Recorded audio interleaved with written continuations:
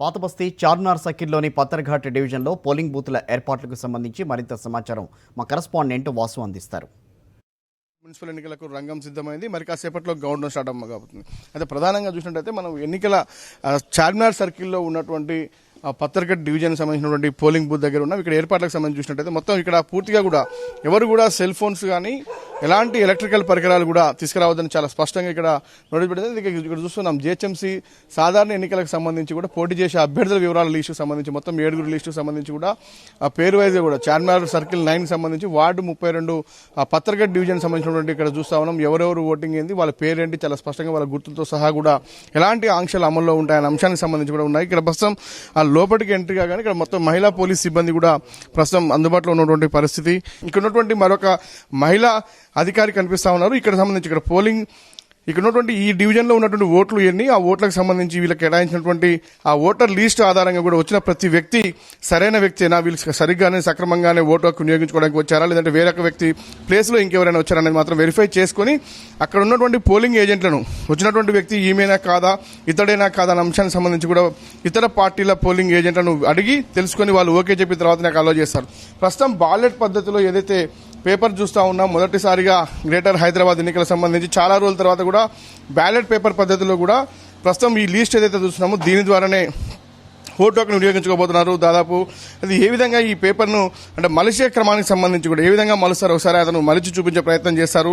ఖచ్చితంగా కూడా వీళ్ళు ఏ విధంగా అనేది చెప్తారో అదేవిధంగా ఈ బ్యాలెట్ పేపర్ని మలచాల్సి ఉంటుంది. ఓటు హక్కును వినియోగించుకున్న తర్వాత ప్రస్తుతం స్వస్తిక్ గుర్తుతోటి కూడా ఆ ఇంక్తో ఒక ఓటును వినియోగించిన తర్వాత పేపర్ని ఏ విధంగా మలవాలి, ఆ తర్వాత అక్కడ ఉన్నటువంటి వ్యక్తి ఎవరైతే ఉన్నారో ఆ ఓటు హక్కును ఇక్కడ ఎవరికి కనిపించకుండా సీక్రెట్ రూమ్ ఏదైతే ఉందో ఈ సీక్రెట్ రూమ్ లోపలికి వెళ్ళిన తర్వాత అక్కడ ఓటు హక్కును వినియోగించిన తర్వాత ఆ పేపర్ను సరైన క్రమ పద్ధతిలో మలిచిన తర్వాతనే ప్రస్తుతం ఇక్కడ ఉన్నటువంటి బ్యాలెట్ బాక్స్ సంబంధించి ఏదైతే ఇక్కడ బ్యాలెట్ బాక్స్ కనిపిస్తుందో 32, 39 సంబంధించిన డివిజన్లకు సంబంధించినటువంటి ఇక్కడ కేటాయించిన ఓటర్లందరూ కూడా ప్రస్తుతం ఈ బ్యాలెట్ బాక్స్ లో వేసిన తర్వాత ఇక్కడ ఆ సంబంధించి ఇక్కడ ఉన్నటువంటి అధికారి ఇక్కడ ఉన్నటువంటి ఇంకు సంబంధించి కూడా మరొకసారి ఓటుకు సంబంధించి ప్రస్తుతం మనం చూసినటువంటి దీని ద్వారానే ఈ బ్యాలెట్ పేపర్ పైన ఓటు హక్కును వినియోగించుకోవాల్సి వస్తుంది. ఏ గుర్తుకు వేయాలన్నా కానీ ఈ 7 సంబంధించిన వ్యక్తులకు సంబంధించినటువంటి గుర్తు ఇక్కడ ఇంకు ఇక్కడ ఉన్నటువంటి దీని ద్వారానే ప్రస్తుతం దీనిపైన ఓటేసిన తర్వాత దీని క్రమ పద్ధతి ఏదైతే వాళ్ళు చెప్పినటువంటి అధికారులు ఏ విధంగా అయితే పేపర్ మలమని చెప్తారో అదేవిధంగా మలిచి ప్రస్తుతం ఇక్కడ ఉన్నటువంటి బ్యాలెట్ బాక్స్ లో వేయాలి. ఆ తర్వాత ఈ ఇంకు ద్వారా కూడా మన ఏలుకు సంబంధించినటువంటి ఫింగర్ కు ఇక్కడ నెయిల్ పైన కూడా ఇంకు రాస్తారు. మరొకసారి తిరిగి ఎవరు మళ్ళీ ఓటుకు రాకుండా కూడా అయితే మొత్తం ఇది చాలా పకడ్బందీగా కూడా హైదరాబాద్ పాతబస్తీ చార్మినార్ సర్కిల్ సంబంధించినటువంటి పత్తర్ఘట్ డివిజన్ లో జరుగుతున్నటువంటి ఏర్పాట్లకు సంబంధించి మీకు వివరించే ప్రయత్నం చేస్తా ఉన్నాం. మొత్తం ఎక్కడికక్కడ బయట పోలీస్ సిబ్బంది భద్రతా ఏర్పాట్లు, క్యూ లైన్, ఇక శానిటైజర్ సంబంధించినటువంటి ప్రతి ఒక్కరికి కూడా మాస్క్ తో పాటు ఇక్కడ ఉన్నటువంటి అధికారులకు మాస్కులు, శానిటైజర్లు కూడా అప్పుడు ఇవ్వడం జరిగింది. వచ్చేటువంటి ప్రతి ఓటు హక్కు చేసుకున్నటువంటి ఓటర్ కూడా ఖచ్చితంగా మాస్క్ ధరిస్తేనే లోపలికి అలౌ చేస్తున్నారు. బయట పోలీస్ సెక్యూరిటీ బయట ఇది వివిధ పార్టీలకు సంబంధించినటువంటి పోలింగ్ ఏజెంట్లతో పాటు ఇక్కడ బ్యాలెట్ బాక్స్ సంబంధించినటువంటి పూర్తి ఏర్పాట్లు కూడా సిద్ధం చేశారు. ఇది ప్రస్తుతం చార్మినార్ సంబంధించి మరి కాసేపట్లో పోలింగ్ ప్రారంభం కాబోతా ఉంది. ఇక్కడ అన్ని ఏర్పాట్లు కూడా సర్వం సిద్ధంగా ఉన్నటువంటి పరిస్థితి. ఉదయం ముత్యంతో వాసుదేవ్ రెడ్డి, సాక్షి న్యూస్, హైదరాబాద్. రైట్, మనం చూస్తున్నాం పోలింగ్ స్టార్ట్ అయ్యి ఇప్పటికి దాదాపుగా 4.5 గంటలు పూర్తయింది. అయితే ఇప్పటికీ కూడా సింగిల్ డిజిట్ ఓటింగ్ శాతం మాత్రమే నమోదైంది జీహెచ్ఎంసీ వ్యాప్తంగా. ఒకసారి పటాన్చెరు వెళ్దాం. పటాన్చెరులో మా కరెస్పాండెంట్ దుర్గారెడ్డి ఉన్నారు. ఓటింగ్ సరళ ఏ రకంగా ఉంది, ఓటర్లలో ఆసక్తి ఏమైనా కనిపిస్తోందా, మరింత సమాచారం అందిస్తారు. దుర్గారెడ్డి చెప్పండి.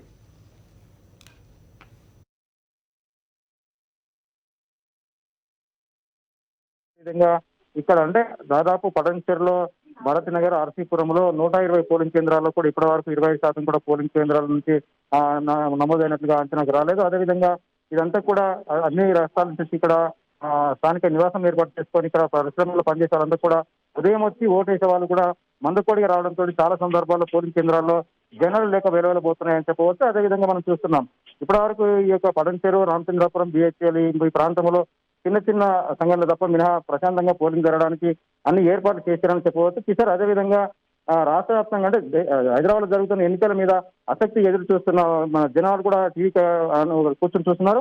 ఎక్కడ చూసినా కానీ ఏం జరుగుతుంది ఈ ప్రాంతంలో, పటాన్చెరు ప్రాంతంలో అదేవిధంగా ఏమైనా అల్లాలు జరిగే అవకాశాలు ఉన్నాయని చెప్పి ఇప్పుడు జిల్లా చంద్రశేఖర్ కూడా ప్రతి పోలింగ్ కేంద్రాన్ని తనిఖీ చేస్తూ వస్తున్నారు.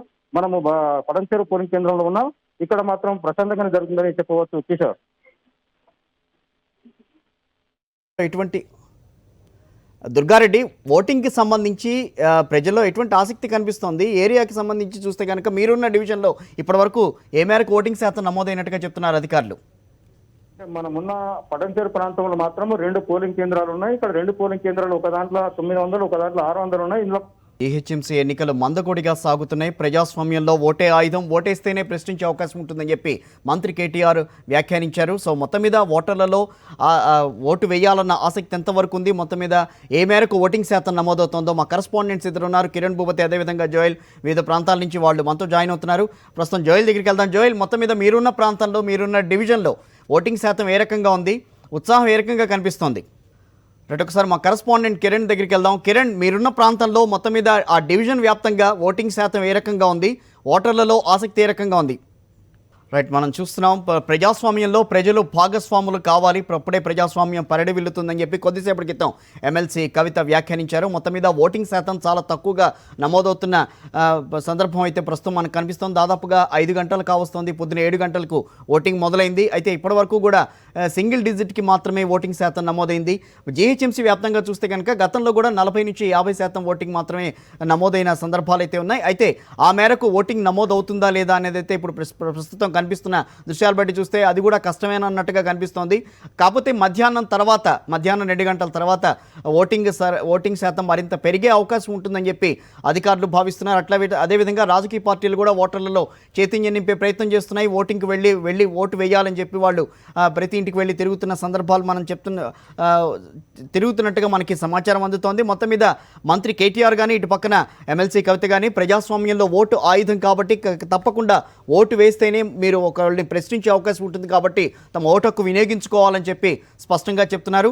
ఇటు పోలింగ్ కేంద్రాల ముందు మెల్లగా క్యూ లైన్లు పెరుగుతున్నాయి. ఉప్పల్ చిలుకానగర్ పోలింగ్ కేంద్రం ముందు ఓటర్లు భారీగా క్యూ లైన్లో వేచి ఉన్న దృశ్యాలు అయితే మనకు కనిపిస్తున్నాయి. సీనియర్ సిటిజన్లు సైతం క్యూ లైన్లలో వేచి ఉండి ఓటు హక్కు వినియోగించుకుంటున్నారు.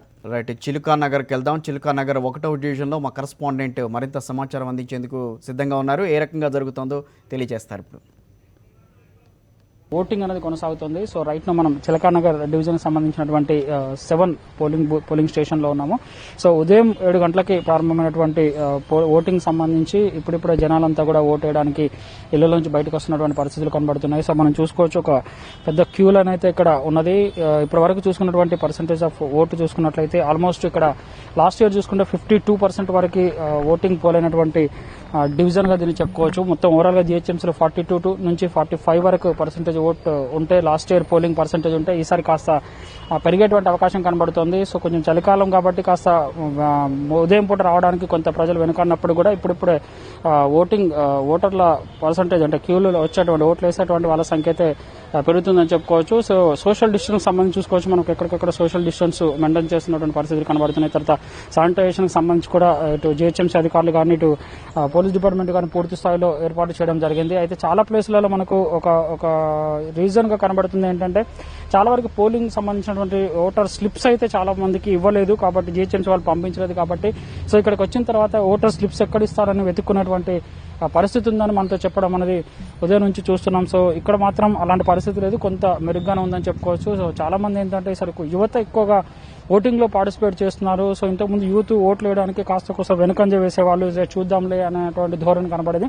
బట్ ఇప్పుడు మాత్రం ఓట్లు వేసేందుకు మనం చూసుకోవచ్చు, భారీ క్యూ లైన్ అయితే ఒకటి మనకు స్పష్టంగా కనబడుతోంది. చాలా మంది ఇటు మహిళలతో పాటుగా పురుషులు ఓట్లు వేయడానికి ఇలా బార్లు కట్టేసి తమకు ఎవరైతే సేవలు చేస్తారో సో అలాంటి వాళ్ళకి ఓటేయాలన్నటువంటి ఉద్దేశంతో చాలా మంది వస్తున్నారు. సో మార్పును కోరుకుంటున్నామని చెప్తున్నటువంటి పరిస్థితులు మనకి ఇక్కడ కనబడుతున్నాయి. సో ఇది నా చిలకానగర్ సంబంధించినటువంటి డివిజన్ లో పోలింగ్ బూత్ లో ఉన్నటువంటి పరిస్థితి.